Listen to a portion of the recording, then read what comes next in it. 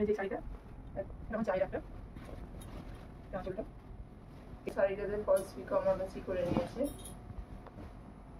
যে ব্লাউজটা তৈরি করেছি সেটা হচ্ছে এইটা, ব্লাউজ হাতা, আর পিঠটা গোল কাট, এর লটকানটা এখনো তৈরি করা হয়নি,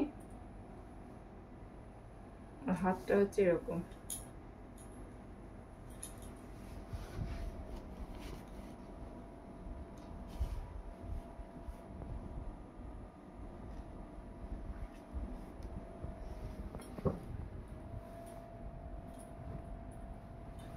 পিঠেতে বর্ডার দিয়েছি, পিঠে বর্ডার দিয়ে যেইটুকু বেজেছে সেইটুকু এই হাতেতে দিয়ে দিয়েছি।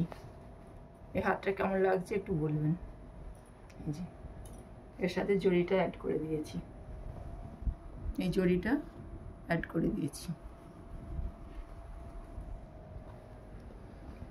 আজকে এই পর্যন্তই।